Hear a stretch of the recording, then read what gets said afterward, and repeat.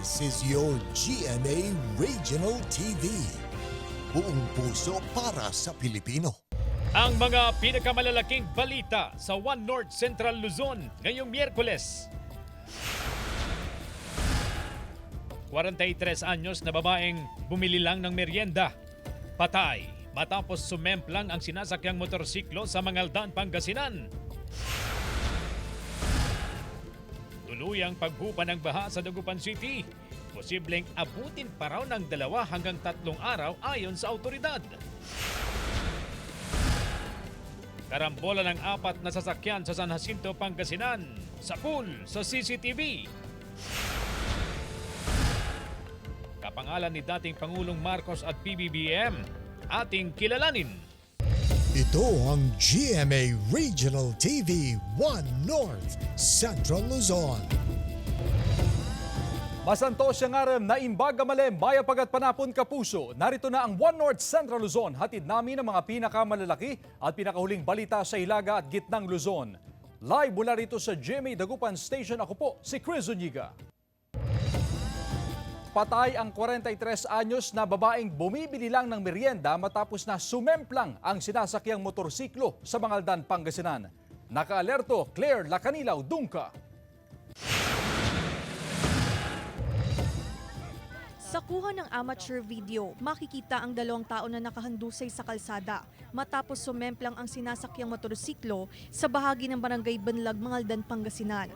Tumilapon ang rider at ang angkas ng motorsiklo na si Faustina Bautista galing sa tindahan ng 2 kung saan sila bumili ng merienda. Nagtamo ang 2 ng matinding sugat sa ulo at iba't ibang bahagi ng katawan. Nasawi ang angkas na si Bautista. Patuloy naman na inoobserbahan sa ospital ang rider. Kung saan man siya naroon, sana palagi niya kaming bantayan at palagi siyang masaya. Ayon sa saksi, mabilis ang takbo ng motorsiklo hanggang sa nawala ng kontrol at sumemplang. Agad daw siyang tumawag ng ambulansya upang madala sa ospital ang mga biktima. Yung nakasingle po ma'am, sobrang bilis po nilang magpatakbo. Tapos nahulog po yung babae, yung driver ng motor, na-balance siya. Kaya doon nauntog yung babae doon sa simento. Ayon sa pulisya, nasa impluwensya ng alak ang mga biktima ng mangyaring aksidente. Wala rin daw suot na helmet ang mga sangkot sa insidente. Ayon sa pag-iimbestiga natin, yung dalawang involved, yung driver sa yung back ride, nakainom po ng alak. At parehas po sila na wala pong helmet. Kaya nung sumemplang sila, walang protection ng ulo niya, kaya napuruhan po yung kanilang ulo. Kasama si Ron Alistair Taniedo, Claire Lacanilaw, Dungka, One North Central Luzon. Natagpuan naman ang bangkay ng batang lalaki sa La Paz, Tarlac. Nakatutok, CJ Torida.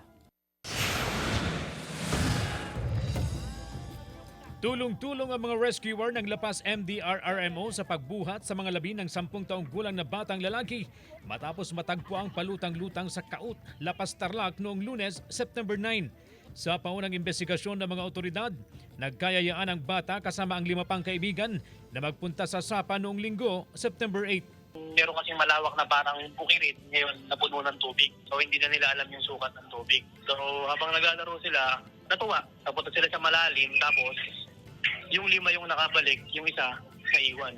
Nanigas ng bangkay ng bata ng matagpuan matapos lumutang 5 metro ang layo kung saan huli siyang nakita. Nasa 6 hanggang 7 talampakan ang lalim ng tubig kung saan nalunod ang bata. Lubos ang pagdadalamhati ng pamilya sa sinapit ng kanilang kaanak. Samantala, nanawagan ang mga otoridad sa mga magulang na bantayan na maigi ang kanilang mga anak, lalo na kung menor de edad, para makaiwas sa kahalintulad na insidente. Lalo na kung hindi po marunong lumangoy, magpalutang. Sa susunod na magkakabaha, pakisabihan na lang na huwag lumayo or huwag pumunta sa malalim. Kasi hindi natin alam yung pwedeng mangyari.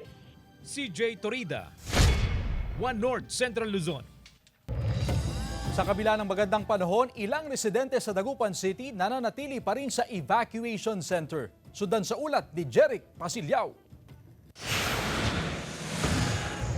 Ilang araw ng maganda ang panahon pero nananatili pa rin sa evacuation center ang ilang residente ng barangay Maluwad, Dagupan City na apektado ng baha. Tulad ni Juliet na taga Zone 2 na 5 araw nang nasa evacuation center. Binabaha pa rin daw kasi ang bahay nila kaya ayaw nilang makipagsapalaran sa posibleng sakit na dulot ng baha. Yung mga bata naman, yung mga nagta-tricycle, may alipo nga sila. Alam nyo naman, may leptos pero may leptos tayo.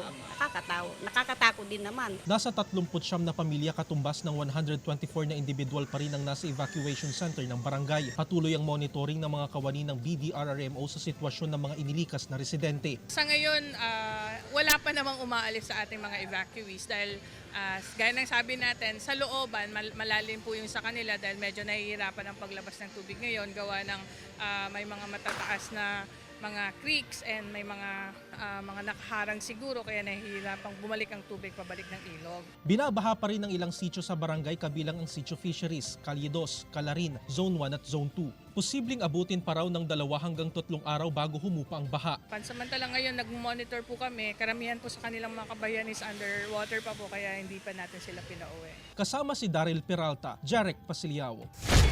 1 North Central Luzon. Samantala, pinangunahan ni PBBM ang selebrasyon na ika-107th birth anniversary ng ama na si dating Pangulong Ferdinand E. Marcos Sr. Mula sa Ilocos Norte, mag-uulat ng live si Jasmine Gabriel Galban. Jasmine? Chris, ipinagdiriwang ngayong araw dito sa probinsya ng Ilocos Norte ang Marcos Day kung saan pinangunahan pa ito mismo ni Pangulong Ferdinand Bongbong Marcos Jr.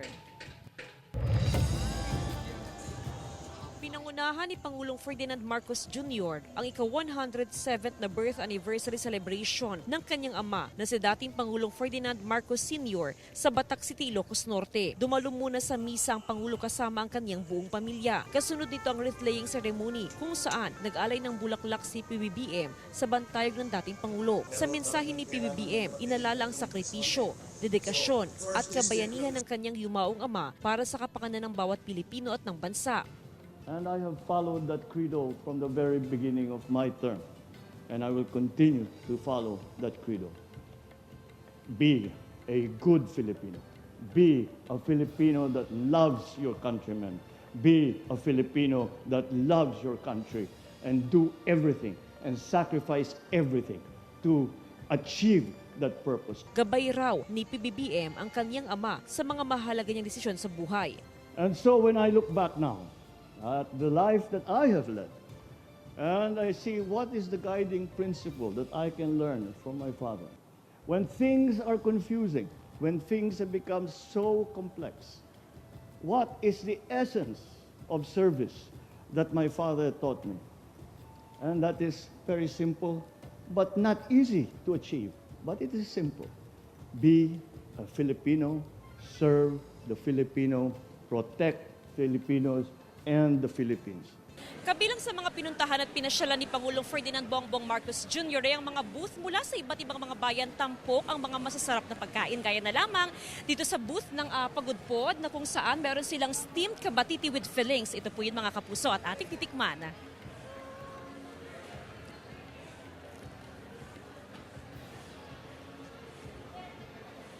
Malasa mga kapuso at approve na approve. Pinangunahan din ng Pangulo ang pamamahagi ng agricultural, fishery at veterinary intervention sa mga mangingisda, magsasaka at livestock raisers sa lalawigan. Napapanahon daw mga tulong na ito, lalo pat nagdaan sa kalamidad ng ating bansa mula sa El Nino at maging sa mga naranasang pag-ulan, bunsod na ng daang bagyo Tabagat. Layunin ng mga kagamitan at input na ito, mas maging mas mataas ang inyong produksyon at matulungan na makabangon tayo mula sa epekto ng nagdadaang kalamidad. Namahagi rin si PBBM ng AKAP Assistance o ayuda para sa mga kapusang kita program na ginanap sa Mariano Marcos State University sa Batac City. Chris, bukod doon sa magkakasunod na activities gaya na lamang ng distribution ng AKAP assistance, ganun din yung distribution ng mga ambulance at ng mga machineries para sa mga farmers at fishermen, ay naging tampok din sa Marcos Day Celebration yung stall o yung mga booth kung saan ay nakikita naman doon yung mga produktong ipinagmamalaki ng bawat bayan sa Ilocos Norte. At bukod nga sa mga produkto ay napakarami rin mga pagkain na kung saan ay talaga nga namang inantabayanan ng mga taga Ilocos Norte. At syempre, aside nga dyan, Chris, tiniyak naman ni Pangulong Ferdinand Bongbong Marcos Jr. sa mga magsasakat sa mga mangingisdang suporta ng kasalukuyang administrasyon para sa kanila. Chris? Maraming salamat, Jasmine Gabriel Galvan. 69 na ambulansya ay pinamahagi ni PBBM sa iba't ibang bayan sa Region 1. Narito ang report. Pinangunahan ni Pangulong Ferdinand Marcos Jr. ang pamamahagi ng ambulansya sa tinaguriang Malacanang of the North sa Paway, Ilocos Norte. Kasama ni PBBM si PCSO General Manager Melquiades Robles at Chairman Felix Reyes. Ang aktibidad ay bahagi ng ika-107 na anibersaryo ng kapanganakan ni dating Pangulong Ferdinand Marcos Sr. Sa kabuuan, 69 ambulansya ang ipinamahagi sa iba't ibang bayan at lungsod sa Region 1. 12 sa Ilocos Norte, 17 sa Ilocos Sur, 8 sa La Union at 32 sa Pangasinan ang nabigyan ng ambulansya. Personal na tinanggap ng mga opisyal ng bawat lokal na pamahalaan ang mga ito. Nagkakahalaga ng mahigit 2 million pesos ang bawat ambulansya. Pinangunahan din ni PBBM ang AKAP payout sa Lawag City. Ang AKAP o Ayuda para sa Kapos ang Kita program ay inisyatibo ng gobyerno upang matulungan ang mga maghihirap na pamilya. Katuwang ng Pangulo ang mga opisyal ng DSWD sa paghahatid ng ayuda. Nasa 10,000 benepisyaryo mula sa iba't ibang bayan at lungsod sa unang distrito ng Ilocos Norte ang nabigyan ng tulong. Karamihan sa mga benepisyaryo ay mga minimum wage earner. CJ Torida, One North, Central Luzon.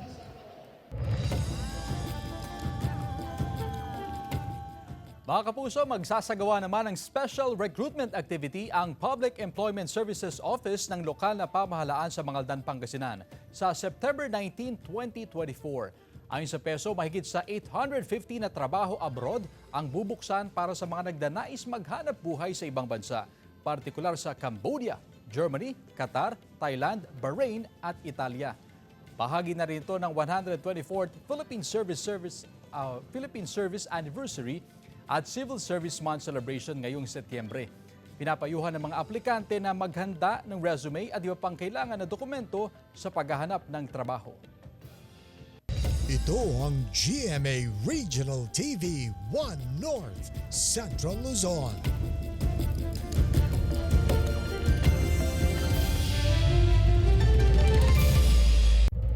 Ito ang GMA Regional TV 1 North, Central Luzon. Presyo ng iba't ibang pampalasa matapos ang bagyo, ating alamin sa live report ni Claire Lacanilaw Dungka. Claire? Chris, andito tayo ngayon sa Malimgas Public Market sa Dagupan City at ilang araw na rin na nakararanas ng magandang panahon na dito sa pamilihan. At ayon nga sa ilang negosyante, bagamat ay nakararanas na nga ng magandang panahon, ay nararanasan pa rin nila yung, ininda pa rin nila yung matumal na bentahan. At dito ay pailan-ilan pa rin yung pagdagsa ng mga mamimili dito sa pamilihan. At ayon sa ilang negosyante, may taas-baba ang presyo ng ilang pangunahing bilihin, lalo na sa mga rekado o yung mga pampalasa. Sa ngayon, ang mantika ay nasa 80 pesos hanggang 95 pesos ang kada litro. Ang asukal naman nasa 75 pesos hanggang 80 pesos ang kada kilo. Ang sibuyas naman nasa 80 pesos ang kada kilo, habang ang bawang ay nasa 140 pesos ang kada kilo. Ang luya naman nasa 140 to 160 pesos ang kada kilo. Ang kalamansi naman nasa 40 pesos ang kada kilo. Ang siling pula ay umaabot ngayon sa 350 to 400 pesos ang kada kilo. Ang siling haba ay nasa 80 pesos ang kada kilo. Ang kamatis ngayon ay bumaba, nasa 25 pesos ang kada kilo. Ang lemon naman, dating nasa 50 pesos ang kada kilo, ngayon nasa 60 pesos ang kada kilo. Sa itlog naman, wala namang paggalaw sa presyo ng kada piraso ng itlog. Sa ngayon, umaabot sa 7 pesos and 50 centavos hanggang 9 pesos ang kada piraso ng itlog. Depende sa size ng itlog. At sa ngayon, sa presyo naman ng bigas, wala ring paggalaw. Ang regular milled ay umaabot ngayon sa 47 hanggang 48 pesos ang kada kilo, habang ang well-milled rice ay umaabot sa 51 pesos ang kada kilo. Ayon sa ilang mga negosyante ay umaasa pa rin sila na sisigla ang bentahan kasabay nga ng patuloy na nararanasang ganda ng panahon. At yan muna ang latest dito sa Dagupan City, Chris. Maraming salamat, Claire Lacanilaw Dungka. Mayroon ng kumpirmadong kaso ng Mpox sa Cagayan Valley Region. Kinumpirma ito ng Cagayan Valley Center for Health Development. Ito ang kauna-unahang kaso ng Mpox sa rehiyon. Nakatutok ang Health Authority sa pasyente at ibinibigay ang kinakailangang atensyong medikal. Naka-isolate din ang pasyente. Hindi pa naglalabas ng karagdagang detalye ang CHD hinggil sa pagkakakilanlan ng pasyente at kung taga saan ito. Puspusan din ang contact tracing ng otoridad sa mga nakasalamuha ng pasyente. Sa pool sa CCTV, ang karambolan ng 4 na sasakyan sa San Jacinto, Pangasinan. Tutukan sa report. Sa kuha ng CCTV camera, makikita ang pag-abante ng puting pick-up sa bahagi ng Barangay Guillermo sa Jacinto, Pangasinan nang biglang umatras at nabangga ang sumusunod na isa pang pick-up. Isa pang kotse at nakaparadang jeep ang nabangga ng puting pick-up. Ayon sa investigasyon ng PNP, nakaranas ng mild stroke ang driver ng puting pick-up kaya nawalan ng kontrol sa manibela. Dinala agad sa ospital ang driver at nasa maayos na siyang kalagayan. Allegedly, bigla po yatang nagkaroon siya ng mild stroke. Kaya po nawalan siya ng kontrol, kaya bumangga po siya sa isang sasakyan. Nung nag-reverse siya, may sasakyan naman na paparting, kaya po nabangga niya yung sasakyan. Ayon sa pulisya, nagkausap na ang 4 na sangkot sa karambola. Nangako naman ang driver ng pick-up na sasagutin ang pinsala ng mga nabanggang sasakyan. Tumanggi nang magbigay ng pahayag ang driver ng pick-up. Po sa mga naka 4 wheels po, i-check po natin yung mga ilaw natin, mga headlight, mga brake light, para po maayos po tayong magbiyahe. Kasama si Jing Dakanay, Claire Lacanilaw Dungka, One North Central Luzon. Patay ang 30 anyos na babae matapos mahawakan ang nakasaksak na bombilya sa Lagangilang Abra. Naka-alerto Jeric Pasilyao. Patay ang 30 anyos na misis na si Jovi Canipas matapos makuryente sa kanilang bakuran sa Barangay Tagudtod, Lagangilang Abra. Kwento ng kanyang ama, naglilinis sa kanilang bakuran ng biktima ng aksidenteng mahawakan ng nakasaksak na bombilya. Natumba siya at posibleng nabagok ang ulo sa bato. Nakasigaw pa ang biktima at dali-daling pinuntahan ng 11 anyos na anak at humingi ng saklolo sa mga kapitbahay. Awan tikwanan, nalutayin din. Unconscious, malay na yung kaya apok ti mangistoryan kanya kan ano yaw na natikwata na kuryente una na mitapota nga ngarutit. Dinala pa ang biktima sa ospital pero hindi na naisalba ang buhay. Agad umuwi mula sa Mindanao ang mister ng biktima na isang sundalo. Labis ang pagdadalamhati sa sinapit ng asawa. Sa bulan lahat ti pinaganan sir, dito nga napasamak sir. Nanti yung dinawad-awad sir. Dawan mati mangayat nga matay sir. Amin di tao sir matay. Sa bulan talaga sir, acceptance sir. Jeric Pasilyao, One North Central Luzon. Narito na ang Ratsyada Balita.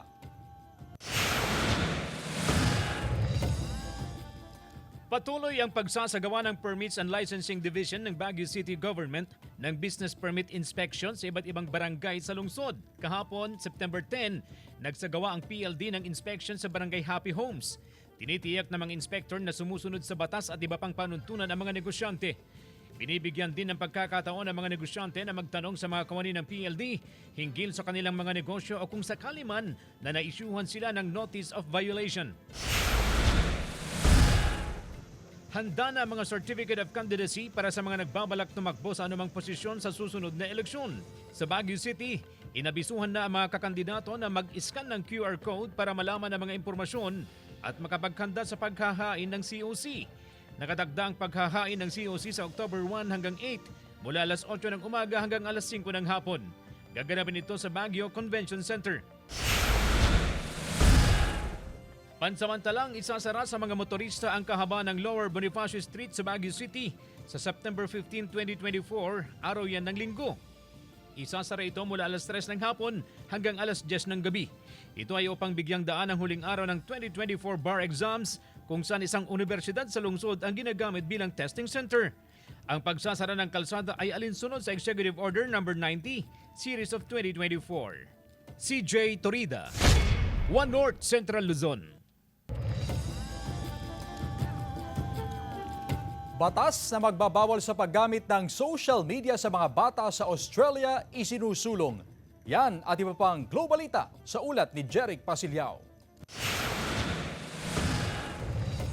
Isinusulong ngayon sa Australia ang isang batas na layong ipagbawal ang paggamit ng social media platforms sa mga bata dahil sa umano'y panganib na maaaring idulot nito sa physical at mental health ng mga bata. Ayon kay Australian Prime Minister Anthony Albanese, magsasagawa ang kanilang gobyerno ng age verification trial bago tuluyang i-introduce ang naturang panukalang batas. Sinabi ng opisyal na nais niya umanong makita ang mga batang malayo sa kanilang mga device at sa halip ay libangin ang sarili sa sports. Kung tuluyang maisabatas, ito ay maglalagay sa Australia sa hanay ng mga unang bansa sa mundo na magpapataw ng limitasyon sa edad sa paggamit ng social media. Sinabi ng mga opisyal ng Russia na pinabagsak nila ang hindi bababa sa 15 drones na pinalipad umano ng Ukraine sa paligid ng Moscow. Magdamag na serye ang pag-atake na nagdulot ng sunog sa mga residential building kung saan isang babae ang napaulat na namatay habang 3 katao naman ang nasugatan. Nasa 43 katao naman ang inilikas. Suspendido rin ang mahigit 30 domestic at international flights.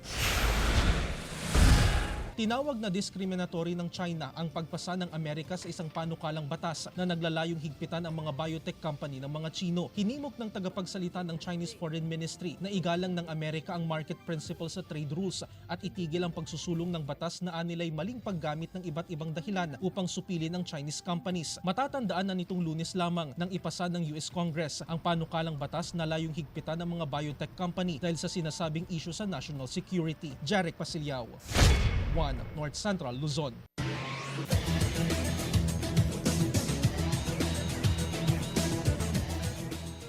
Binuhat ni Rafael Paeng Are ang San Sebastian Stags upang balusutan ang LPU Pirates sa score na 95-93. Kumamada ang 5'8" guard ng 25 points, 8 rebounds, 13 assists at 2 steals upang maitala ang ikalawang sunod na panalo sa NCAA Season 100 Men's Basketball Tournament. Tinanghal siyang Best Player of the Game. Bukod sa San Sebastian, nakapag-ukit na rin ng 2 panalo ang Binil Blazers at tig-1 panalo naman ang EAC Generals, Perpetual Health Altas at San Beda Red Lions. Wala pang naitatalang panalo ang Mapua Cardinals, Letra Knights, Arellano Chiefs, JRU Heavy Bombers at LPU Pirates. Ito ang GMA Regional TV 1 North Central Luzon.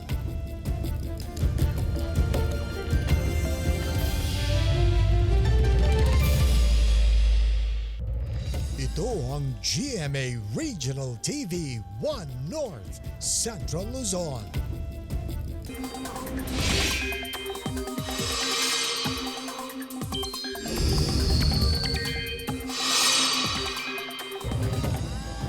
Ilang mangingisda sa Dagupan City hindi pa rin pumapalaot dahil sa binabantayang sama ng panahon. Narito ang report. Lalo pang lumakas ang bagyong nasa labas ng Philippine Area of Responsibility. Isa na yung tropical storm na may international name na Bebingka. Huli itong namataan bago magtanghali kanina sa layong 1,955 kilometers east ng southeastern Luzon. Pakanluran ng galaw nito sa bilis na 25 kilometers per hour. Sabi ng Pag-asa, posibleng Biyernes ito pumasok sa loob ng PAR pero hindi magtatagal dahil maaaring sa may kanto lang ng PAR dumaan. Sakaling pumasok sa PAR, tatawagin itong bagyong Ferdy. Gayunman, mababa ang tsansa nitong maglandfall ayon sa Pag-asa. So asahan natin ito na palalakasin na naman yung habagat pagtapat ito sa extreme northern Luzon. So asahan natin na makararanas naman tayo ng mga light to moderate, minsan kung moderate to heavy ang maranasan natin dito sa Pangasinan. Base sa datos ng Metro Weather, malaki pa rin ang tsansa ng ulan sa Apayao, Kalinga, Mountain Province, Ifugao, Isabela, Quirino, Nueva Ecija, Zambales, Aurora at Bulacan. May malakas na ulan sa ilang probinsya kaya maging handa sa banta ng baha o landslide. May mga pag-ulan din sa iba pang bahagi ng bansa dahil sa binabantayan na sama ng panahon. Hindi pa rin pumalaot ang mga mangingisda sa Dagupan City. Magtatanghali na kanina pero bilang pa ang mga nasa Tondaligan Beach kahit pa-lifted na ang no swimming policy. Kasama si Daryl Peralta, Claire Lacanilaw Dungka, One North Central Luzon. Bumaba ang antas ng tubig sa Angat at Ipo Dam sa Bulacan ngayong araw, September 11, 2024, pati na ang Binga Dam sa Benguet. Gayunman, patuloy ang pagtaas ng antas ng tubig sa Ambuklaw Dam sa Benguet, San Roque Dam sa Pangasinan, Pantabangan Dam sa Nueva Ecija at Magat Dam sa Isabela. Samantala, formal nang inulunsan ng lokal na pamahalaan ng Alaminos City ang kanilang command center na may state-of-the-art Next Generation Advanced 911 Call Handling System. Sa pamamagitan ng pagdial ng mga numerong 911, matutukoy agad ang lokasyon ng tumatawag na nangangailangan ng tulong na maaaring respondihan agad ng Alaminos Response Team. Layo ng 911 Command Center na makapaghatid ng mas mabilis na tugon sa panahon ng emergency at mga sakuna. Mamanduhan ito ng mga kawani ng CDRRMO na sumasailalim pa sa pagsasanay. Ang pagbubukas ng pasilidad ay pinangunahan ng mga opisyal ng lokal na pamahalaan, DILG, maging ang mga opisyal ng 911, PH Country at Emergency 911. Siya naman si Ferdinand Marcos, 48 anyos, isang ama, isang aktibong runner, pero hindi sa politika ha. Isang simpleng mamamayan sa Lawag City. Kapangalan niya ang yumaong dating Pangulong si Ferdinand Marcos Sr.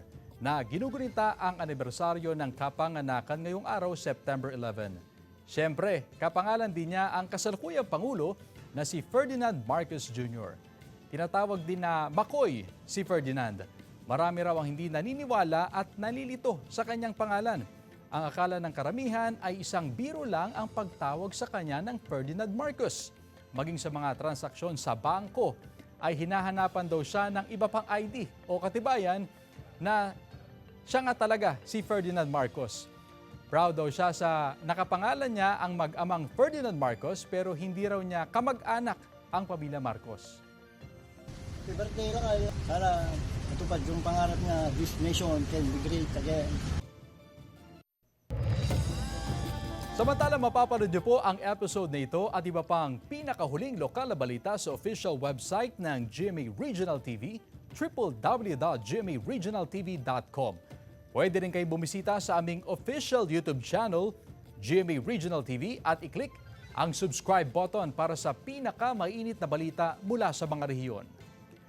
Nais din naming pasalamatan ng mga kapuso sa Hilaga at Gitnang Luzon, maging ang mga kapuso natin abroad.